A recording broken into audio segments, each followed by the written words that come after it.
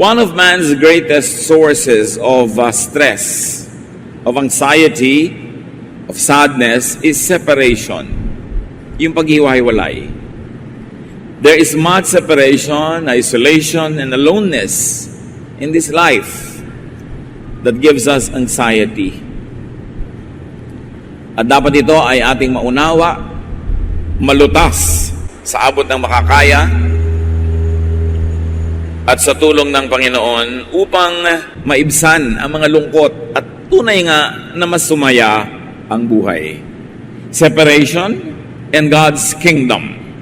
Yan po ang ating pag-aaralan at nawa ang biyaya ng Diyos ay sumagana sa ating kalagitnaan. Salamat naman namin sapagkat kayo po'y pinagmumulan ng aming kasiyahan. Nawa turuan nyo kami ngayon na harapin, suriin, at lutasin ang mga usaping may kinalaman sa pagkakahiwa-hiwalay, pagkakalayo-layo. Sa aming paglapit sa inyo, Panginoon, patawarin niyo po kami sa aming mga kasalanan at hugasan niyo kami ng banal na dugo ng iyong anak na si Jesus. Heal our infirmities, strengthen our weaknesses, enlighten us. Father, we ask you, thankful and grateful, in the name of Jesus, your Son, our Lord and Savior. Separation, and what has God's kingdom got to do with it? Ang separation po ay isang bagay na hindi masarap kahit kailan, lalo't nagmamahalan ng mga tao. Mahal nyo ang isang bagay, ang isang gamit, ang isang trabaho. You don't want to be separated. But at birth, a series of separation from loved ones, from beloved places or desirable situations, never stop happening till a person's death. Yun palang pagkakaluwal ng tao mula sa sinapupuan ng kanyang ina ay pasimula na ng isang walang tigil at walang katapusang paghihiwalayan. Kaya ang tao ay mayroong iwing lungkot, may natural siya na pangangailangan dahil sa simula pa lang ng kanyang buhay sa mundong ibabaw, ang pasimula nito ay pakikipaghiwalay. And in that case, separation from the mother's womb, actually leaves impressions on the infant. At yun ay malaking stress. At hanggang siya ay lumaki at bawian ng buhay at bumalik sa Panginoon, merong walang katapusang series of separation from things that are liked, loved, and even had become habits. Kaya nga ang tao ay takot sa kamatayan dahil ang kamatayan ay ini-interpret ng marami na paghihiwalay at sa tingin ng iba ay permanenteng pagkakahiwa-hiwalay. Kaya ang lahat ng tao takot sa topic na yan at kumari sana ay iniiwasan na maganap sa buhay. So there is separation anxiety. Many people are afflicted with separation anxiety disorders. And for our purposes today, we define that as fear of separation from loved ones, or excessive sadness, maladjustment, or dysfunction because of separation from loved ones. Hindi mahirap imaginein sa atin dahil at least 10 million Filipinos work away from home, away from the country. Kaya meron tayong kamag-anak, mahal sa buhay, kaibigan na mga naninirahan sa malayo. Nung araw, ang mga magulang, iniisip nila, pag nagkaanak sila, ay nakapaligid sa kanilang higaan yun pagtanda nila at sila ay naghihingalo, nandun ang mga anak. Hindi na yun ngayon lagi totoo. Bihira nang nangyayari yun sa pagkakahiwa-hiwalay ng mga tao. Nung araw, ano man ang mangyari, hindi naghihiwalay yung mag-asawa, bihirang-bihira yung paghihiwalayan, at ngayon padami ng padami, padalas ng padalas ang hiwalayan. Of course, may anxiety yan. At kahit ayaw mo na sa asawa mo ngayon, inibig mo rin nun, mayroon ding hapdi, may sakit. Lalong-lalo sa mga anak. What are some of the bad effects of separation? Unang-una, kahit wala pang separation na nagaganap, there is a pre-separation fear and unease. There is anxiety. Ang mga anak, pagka laging nag-aaway ang magulang, meron na silang fear. Baka maghiwalay ang mga magulang namin. Kanino kami isasama? Sa tatay ba o sa nanay? Pagka mayroong pangangailangan na financial ang pamilya at nagiging solusyon ay kailangan mag-abroad, magtrabaho sa ibang malayong bayan, nagkakaroon ng anxiety ang bawat isa dahil magkakahiwa-hiwalay. Kaya tuloy, hindi pa nangyayari kaya natatakutan na. Marami pong mga bata, lalo yung lumaki na kulang sa pagmamahal, lumaki na nagpapalipat-lipat ng tinitirhan, ng nag-aalaga, may mga separation anxiety. Halos ayaw na nila magmahal, ayaw na nila magtiwala, dahil ayaw na nilang masaktan muli kung magkakahiwalay na naman. At marami mga tao dala sa pag-ibig dahil nga sa mga separation na ganyan. Of course, one fruit of that separation is excessive sadness. Sometimes even maladjustment that could lead to having unsuitable substitutes. Kaya talamak na nagaganap sa mga overseas Filipino workers at kahit hindi mga worker, kahit mga immigrants at kahit hindi Filipino, pag nagtatrabaho sa ibang bansa, nagkakaroon ng mga affairs. Hindi lahat, pero nagiging madalas mong madinig at padalas ng padalas. Kasi nga, sa sobrang lungkot, sa sobrang hirap ng damdamin, sa halip na mabaliw, natutuon ng pansin sa kung sino ang malapit. Nagiging nearest is dearest. It is an unsuitable substitute, but it becomes a choice for people who are suffering from tremendous feeling of sadness and aloneness. It could lead to harmful relationships, even to addictions. Marami mga tao may mga addiction dahil may tinatakpan sila na anxieties caused by separation. And in extreme cases, there is a malfunction or dysfunction of the person. Hindi maka-adjust. Nagiging psychiatric case. O kaya, hindi nagiging productive. Some people even become criminal cases and issues. Mahirap ang paghiwa-hiwalay. Kaya dapat nating pagtuunan, ano ba talaga ang sagot dyan bago pa man naganap? It is really God's presence. Na ang tugon sa takot ng paghiwa-hiwalay ay balikan natin kung anong ibig sabihin ng God's presence. Psalm 139, 7-12. Where could I go to escape from your spirit or from your sight? If I were to climb up to the highest heavens, you would be there. If I were to dig down to the world of the dead, you also would be there. Suppose I had wings like the dawning day and flew across the ocean. Even then, your powerful arm would guide and protect me. Or I suppose I said, I'll hide in the dark until night comes to cover me over. But you see in the dark, because daylight and dark are all the same to you. Napakalalim ng pagkakaunawa nitong sumulat ng awit tungkol sa presensya ng Diyos. Sabi niya, kailan ba at saan ba ako pwedeng tumakas mula sa iyong presensya? Kahit naman akyatin ko ang pinakamataas ng mga langit, andun ka pa rin. Kahit na magpakalalim-lalim ako ng hukay sa lupa, ano man ang marating ko, nandun ka pa rin. At kung kaya ko mangliparin, yung makapunta ako doon sa pinupuntahan ng araw, sa pinanggagalingan ng bukang liwayway, o makatawid ako ng mga dagat, nandun ka pa rin. At kahit sa dilim, hindi ako pwede magtago dahil pareho lang sa iyo ang dilim at ang liwanag. So what does it obviously say? That the Lord is not only everywhere, that the Lord is always with man everywhere, even in the darkness. When I say man, I mean humanity, tao, lalaki man o babae. Laging kapiling natin ang Diyos. Banal ka man o makasalanan, relihiyoso ka man o hindi. Ang nagiging pagkakaiba lang, pag malayo ang ating loob sa Diyos at ang buhay natin, ang lifestyle natin ay hindi maka-Diyos, nadadaya ka ng damdamin mo, ng emosyon mo na parang malayo ang Diyos. Pero hindi lumalayo ang Diyos kahit kailan. Lumalayo lang yung loob natin, lumalabo ang pananaw natin dahil sa ating pamumuhay. But that does not change the nature of God and God's omnipresence. Psalm 139 verse 18, and when I awake, I will find you nearby. Kahit ako matulog, kahit ako magising, andun ka pa rin. The Lord is nearby, even in the light of day. This is because God and the kingdom of God is in man. Ito ang mahalaga nating dibdibin. Ang Diyos, ang kaluwalhatian ng Diyos, ang paghahari ng Diyos, ang kaharian ng Diyos ay wala sa mga ulap. Wala sa mga banal na bundok o mga kuweba. ito ay nasa ating kalooban. Nang hiningahan ng Diyos si Adan at ibinigay sa atin ang Espiritu ng Diyos, hindi yun nawawala sa atin hanggang tayo ay bawian ng buhay at ang Espiritong ito ay bumalik ng buong buo sa Diyos.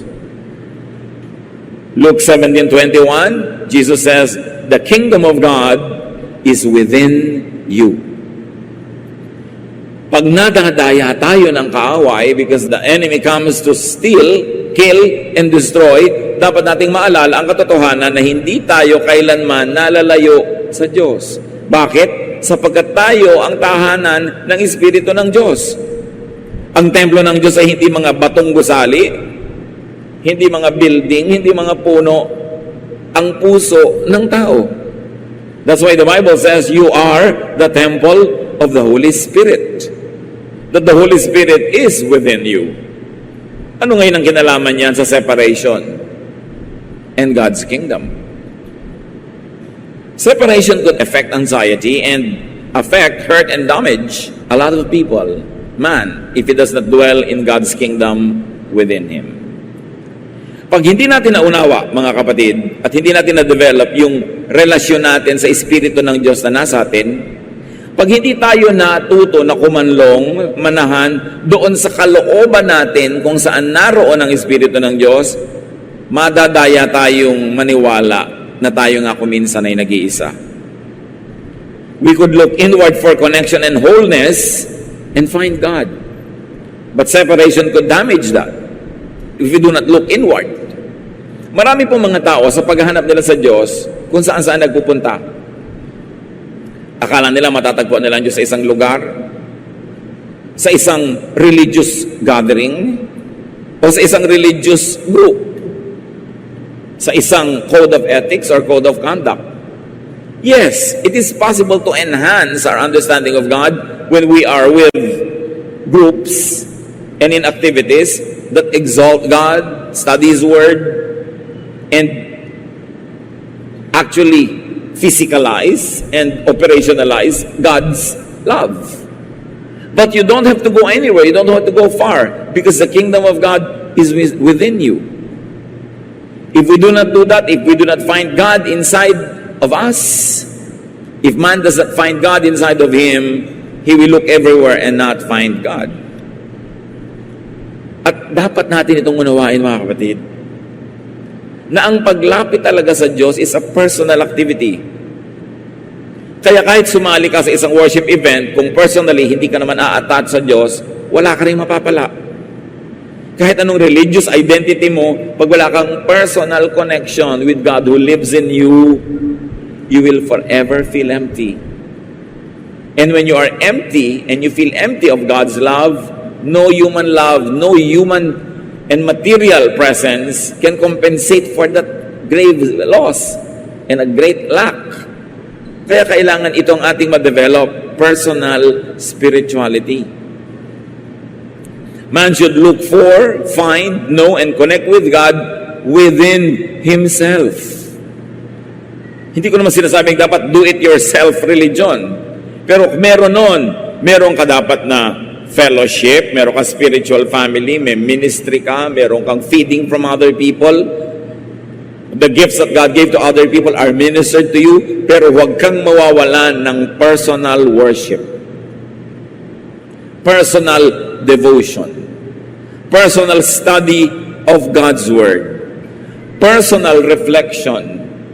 Ito ang mahalaga para makakonect ka doon sa Espiritu ng Diyos na nanahan naman sa iyo. Hindi kailangang makikonnect sa malayo. Magsimula ka lang doon sa nasa loob. Dahil nakatanim sa bawat tao ang Espiritu ng Diyos. The kingdom of God is within you. So instead of always reaching out to the stars and to the heavens, reaching out far away from yourself, you should journey into yourself.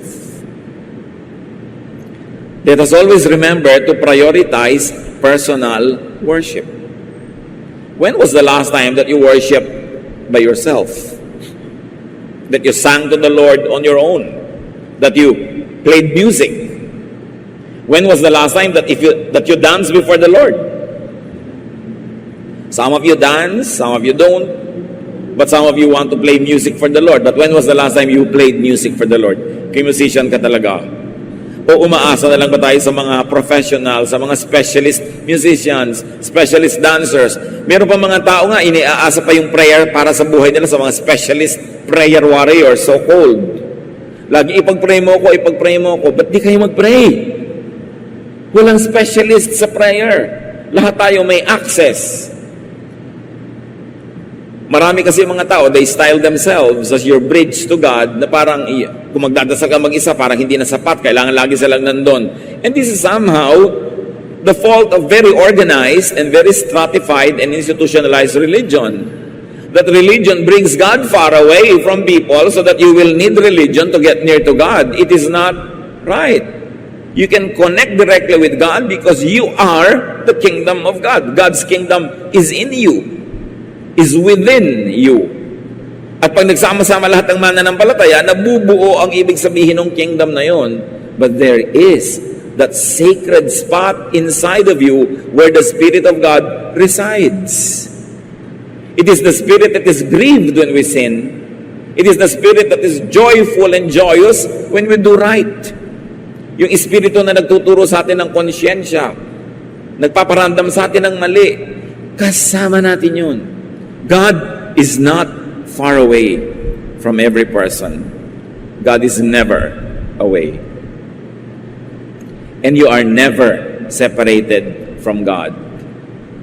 It's a lie to think that you ever get separated from God. So what are the cures to separation anxiety? First of all is awareness of God's presence and proximity. Ang mga tao, dagdag lang naman yan sa buhay natin eh. Pati nga ang sarili nating ina na napakahalaga sa ating pagkakaluwal sa mundo, ang unang ginagawa sa ating pagsilang ay hinihiwalay tayo. Nalalagot ang pusod. Because God wants you to be an individual attached to Him because He is in you. Pagkatapos, nadadagdagan ng mga bonus. Nakikipagmahalan tayo sa ating mga magulang, mga kapatid, and later on, mga kaibigan, and then kung nakakaroon ka ng partner sa buhay. Pero lahat yun ay dagdag lang. Ang pinaka-basic presence that's important is the presence of God in you. At yun ay hindi nawawala kahit anong mangyari. Kaya yung mga, hindi naman natin minamaliit, halimbawa, namatayan ka ng mahal sa buhay, malungkot. At hindi natin binabaliwala yung lungkot na yon. Pero huwag mo lang lilimutin that God is in you, that God is with you. Bababaw yung malalim na lungkot. You will survive. Kung ikaw ay malayo sa iyong asawa dahil nasa ibang bansa o nasa ibang lugar at natutokso ka na makipagrelasyon sa iba dahil lang nalulungkot ka, maalala mo lang that God is within you. God never leaves you nor forsakes you. At sinabi pa niyo ni Lord, I will never leave you, I will never forsake you. Maalala mo who you are. That you are not alone, that you are not isolated, that you're connected to the King of Kings. So awareness of God's presence and proximity is important. So that you don't get deceived by the evil one. So don't be deceived, stolen from, and killed by the evil one. Be aware of God's presence. And to be aware of God's presence, you need to exercise enough silence. You have to have enough aloneness. Kailangan talaga at ibabalik-balik natin ang pagninilay-nilay, pagbubulay-bulay, pagmumuni-muni. Private and personal devotions, meditation, quiet prayer, away from people, in the Spirit. Kasi pwedeng katabi mo lang dyan, pero you make a world exclusive to you and God, even for a few minutes, so that you always get reconnected to the source of power, and your relationship with the Spirit gets developed. Hindi yung laging naka-text, laging pagka napaupo na, hindi man lang mag-pray, hindi man lang mag-isip tungkol sa mga bagay-bagay na may kinalaman sa spiritual things. Text agad, game agad, nagkakanta puyat-puyat sa cafe Facebook hanggang hindi antok na antok, hindi titigil, wala nang panahon manalangin. Ang iksi-iksi na lang ng panalangin, 3 sentences. Sa umaga tuloy, Tanghaling-tanghali na magising at kung may trabaho, kailangan magmadali na. Wala nang panahon para mag-pray, para mag-quiet time, para mag-devotion. Anong nade-develop? Akala nyo ba nakaka-develop ng closeness yung mga gadgets? Makakakita ka, 3 tao magkakatabi pero hindi nag-uusap, pare-pareho nagte-text. Kailalayo ng mga kausap. Yung malapit, hindi maasikasong kausapin. At ganun ang nangyayari sa sarili natin. Yung malapit, yung Espiritu ng Diyos na natin sa loob, hindi natin nakakausap, hindi natin nadirinig, hindi na tayo nakikipag-correspond because we're so busy communicating with everyone. And when you talk to everyone, you talk to no one. When you belong to everyone, you belong to no one. Kaya mahalaga i-develop natin, mga kapatid. Babalik tayo sa old-fashioned devotions. Gaano karami sa atin dito ang magkakaroon man lang ng at least 15-20 minutes of devotions before you rise from your bed, before you leave your room, before you get busy with the world? How many are able to spend at least 15-30 minutes in prayer, in quietness before you sleep? We all have 24 hours a day. Kailangan bigyan natin ng budget yung ating espiritu. Huwag nating ipamigay ang lahat ng ating waking moments to people, things that make us tired but never give us joy. So kailangan we are aware of God's presence and enjoy it. Enjoy the Lord's presence. Hindi pinagmamadali. Pag nananalangin ka.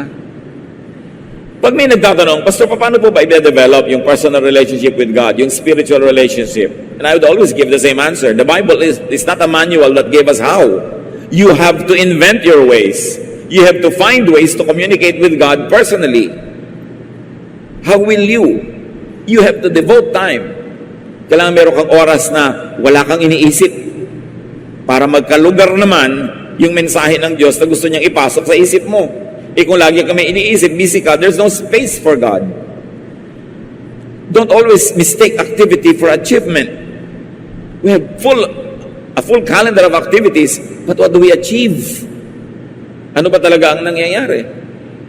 So yung separation anxiety dapat lutasin. And one cure is loving God and His presence more than loving other people, places, or things. Yes, magmahal ka ng tao, magmahal ka ng lugar, magmahal ka ng activity, pero huwag magmamahal ng anumang mga ito higit sa pagmamahal natin sa Diyos. Because it is God who is always with you. Kawawa naman ang tao na ang number 1 sa buhay niya, tao rin. Kasi yung taong yon pwedeng mamatay o pwedeng buhay pero mawala dahil iniwan ka at pumunta sa iba. Pwedeng mahal ka pa rin pero nalayo dahil nagtatrabaho. Ang daming dahilan para magkahiwa-hiwalay. Kaya dapat talaga ang number 1 sa buhay natin ang Diyos kasi siya lang naman ang hindi nawawala. Dumating, umalis ang tao, magstay or not stay, you have a constant presence of God in your life. You'll be stable. You are like a house built upon the rock. Hindi ka madaling kalugin, ugain, takutin, dahil matibay, matining, buo ang loob. At bakit? Kasi nasa kalooban natin ang paghahari ng Diyos. Mark 12:30, sabi ng Panginoong Jesus, love the Lord your God with all your heart, and with all your soul, and with all your mind, and with all your strength. Hindi ka lugi dyan. Pag ibinigay mo ang iyong love sa ibang tao, sa ibang bagay, more than you love God, para ka nang humuhukay ng sarili mong libingan dahil hindi na malayo na ikay mabibigo, malulungkot, mag-iisa. 1 John 2:15, do not love the world or anything in the world. If anyone loves the world, love for the Father is not in them. So do not love the world more than God. Yun lang naman ibig sabihin no na do not love. Hindi naman absolutely you don't love. But don't love the world more than you love God. God wants to be number 1 because He wants to take care of you. He doesn't want you to be suddenly be bereft and alone and lonely because you have made another person number 1 in your life. Jesus promises, I will never leave you. I will never forsake you. Kaya yung mga humaharap sa kamatayan nila o kamatayan ng mahal nila sa buhay, laging mas matibay, mas matining ang loob pag malapit sa Diyos. Yung nalalayo sa mga mahal sa buhay, mas nakakaya nila, mas nakakaiwas pa sila sa mga tukso pag malapit sa Diyos. Yun talaga ang gamot. ilapit ang loob sa Panginoon. Another cure for separation anxiety is that man should develop and strengthen his spiritual connection with other people, especially his loved ones. Sabi sa 1 Thessalonians 5:23, men are of spirit, soul, and body. Therefore, aside from being physical beings, emotional beings, we are also spiritual beings. Ang nade-develop natin masyado yung physical relation, physical communication, physical correspondence, pero hindi masyado yung spirit. Nalilimutan natin na tayo may spirit at yung mahal natin sa buhay, may spirit din yun. Spirit ng Diyos na ipinahiram at ibinigay sa atin. So, pagka ang yung mahal sa buhay ay nasa New York or London or Riyadh or kung saan man nandun yun, na lupalop ng mundo, pag physical lang ang relationship nyo, malulungkot ka kasi malayo siya. Pag nakita mo yung drawing ng planeta, ng globe, malulungkot ka dahil ang layo. Pag nakakita ka ng eroplanong lumilipad, maalala mo ang layo. Pag lumulubog ang araw, lulungkot ka kasi ang layo. Pero yung espiritu mo at yung espiritu niya, parehong nakakonekta sa espiritu ng Diyos at Diyos ang nakatahan sa iyo. If you develop a spiritual communication where you close your eyes and be with your loved one in the spirit, you can be together. At yun ang kulang na kulang kahit sa mga relihiyoso, the development of the spirit.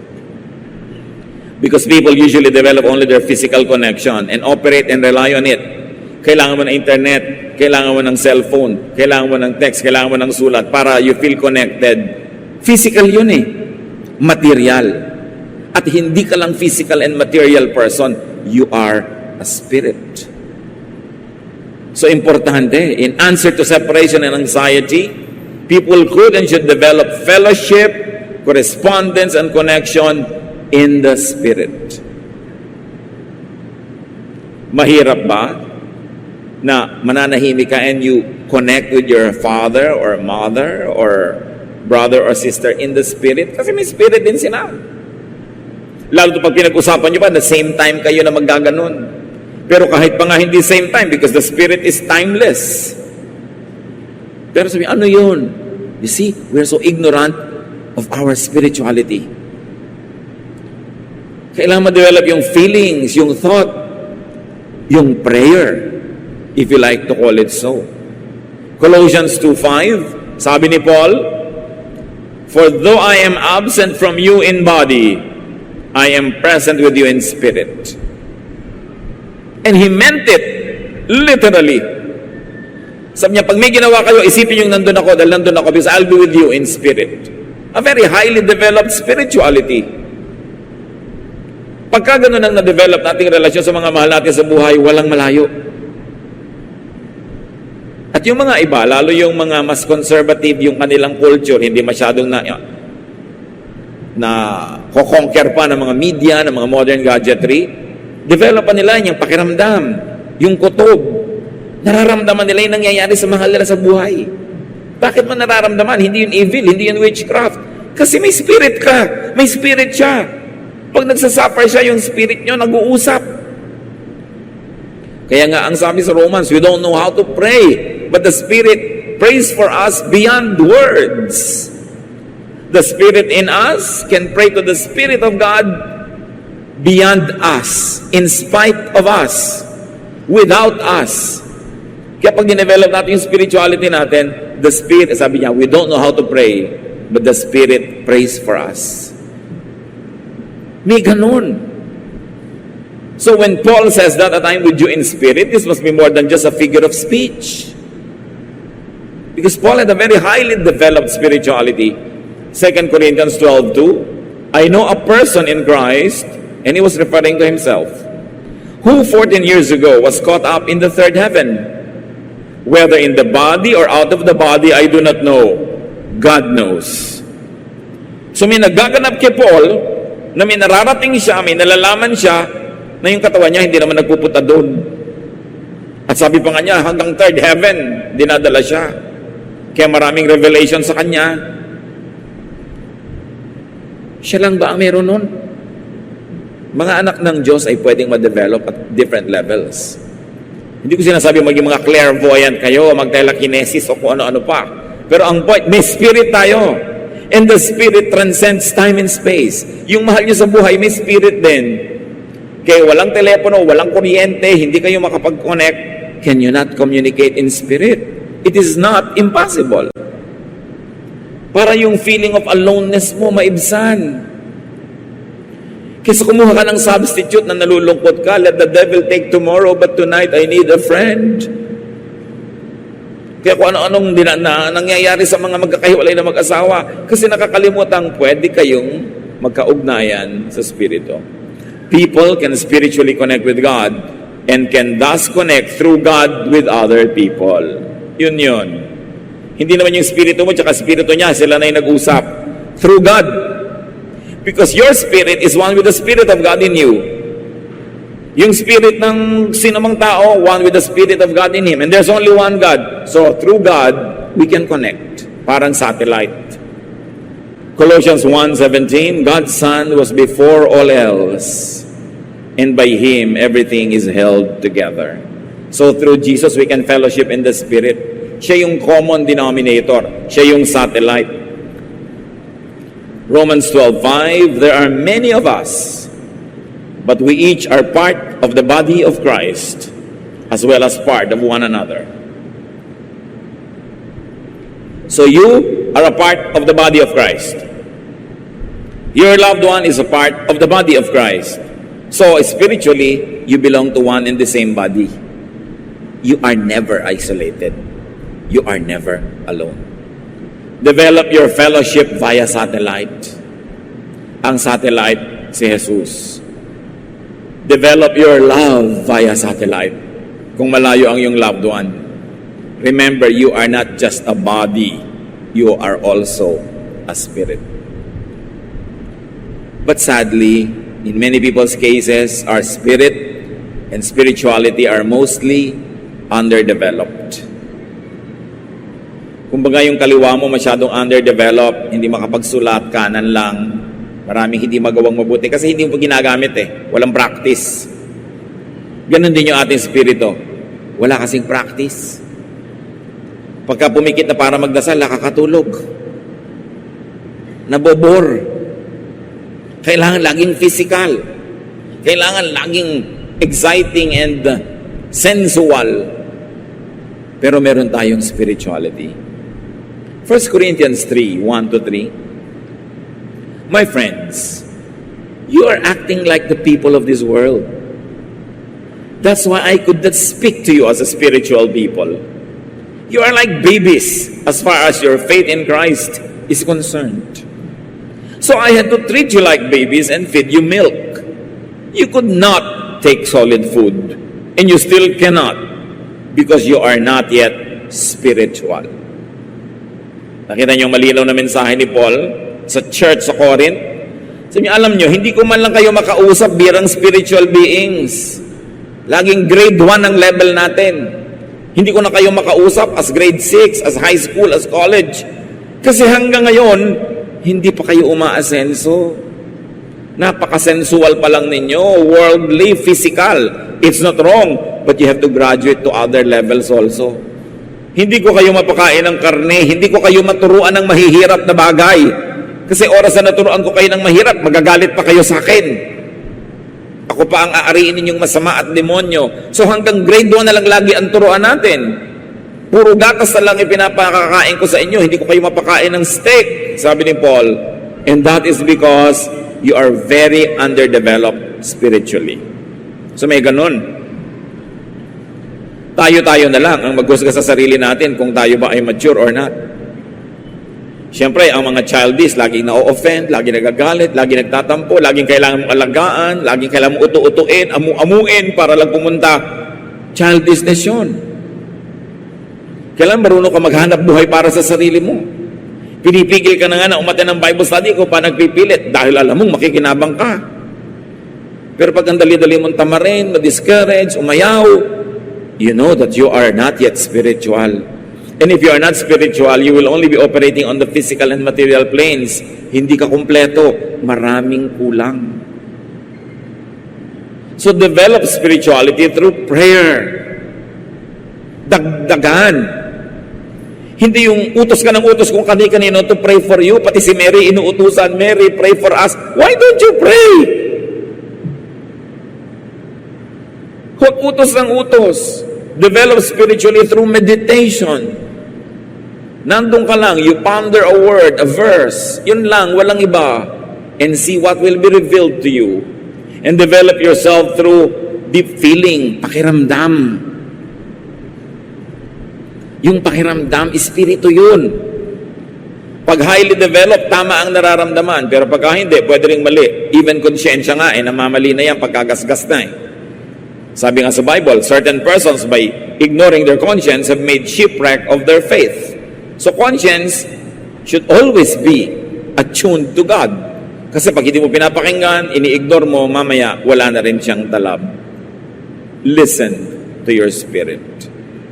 Hindi lahat utak lang ang pinapaandar. Minsan merong leading sa iyo ang spirit na ipag-pray yung ganong tao, hindi mo naman alam kung bakit, pray.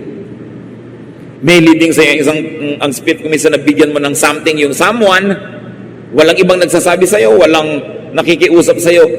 Gawin mo yon. This is what we mean, develop. Sundin, pakinggan ang nararamdaman, basta hindi mali. Hindi kontra sa written word of God.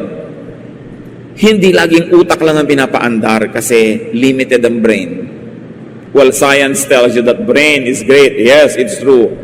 But it is the spirit, not the brain, that is limitless, timeless, spaceless. Listen to the spirit. Don't be robbed of your spirituality. Mananampalataya ka, Kristiyano ka, huwag kang makontento na physical lang. Kailangan nandito ka sa worship para ka mabless. Dapat na mabless ka rin kahit saan. Hindi ka lang sa Bible study matututo. Matututo ka rin kahit saan dahil naghahanap buhay ka, pinapakain mo yung sarili mo mag-isa. Hindi ka lang nagpapapray, nagpe-pray ka mag-isa. Huwag mong iasa sa iba yung dapat personal mong ginagawa para sa iyong sarili. John 10:10, sabi ng Panginoon, a thief comes only to rob, to kill, and destroy. I came so that everyone would have life and have it in its fullest. Dapat full. You are body, soul, and spirit. Dapat lahat yan mag-develop sabay-sabay. At pag tayo very developed, we still feel sad that people are away. We're still affected when people die, but not so much. Gumagaan. Sabi ng Panginoon, come to me all of you who are tired and heavy laden, I will give you rest. And rest is in the Spirit of God. Restfulness is being at peace with the Spirit of God. At yun ang i-develop. Huwag tayong magpadaya sa mga kung ano-anong mga kailangan mo pang magpunta sa ganong bundok para magdasal, sa ganong kuweba para maramdaman ang presensya ng Diyos, sa ganong bansa para maging holy land. Walang holy land. Lahat ng lupa pare-pareho yan, soil. But holiness is that spot in your heart where you meet with God. Holiness is in that invisible temple of God where your spirit becomes one with the Spirit of God. Hindi masamang magbiyahe, magpunta sa mga places of history, even of religious history, but do not depend on that for a fix. The temple of God is within you. It cannot be robbed from you. It cannot be away from you. Don't ever be deceived thinking otherwise. Dapat wala tayong separation anxiety at kung meron man, pakonti ng pakonti. Habang nade-develop ang relasyon natin sa Diyos, na-overcome natin lahat yung kulang, lahat ng sugat, sakit, hirap ng childhood. Lahat ng trauma and stresses of our infanthood. Kailangan, yung infancy years natin, kung may kulang, na-abandon ka ng parent, hindi ka na mahal, ngayon nasa Panginoon ka, be aware of that. And don't be deceived. Don't be robbed of your birthright to enjoy the presence of God. And enjoy the presence of everyone else who are enjoying the presence of God. Remember, through Jesus, we are interconnected. Meron tayong connection. Separation, anxiety robs, kills, and destroys. A developed spiritual connection with Jesus gives life in its fullness in spite of physical separation. So again, develop your spirituality. Develop your spiritual connection with God and with people. Psalm 23:4, even though I walk to the darkest valley, I fear no evil, for you are with me. Your rod and your staff, they comfort me. Dear God, thank you that you are our shepherd. Salamat na kahit saan kaming dumaan at dilim, hindi kami nag-iisa.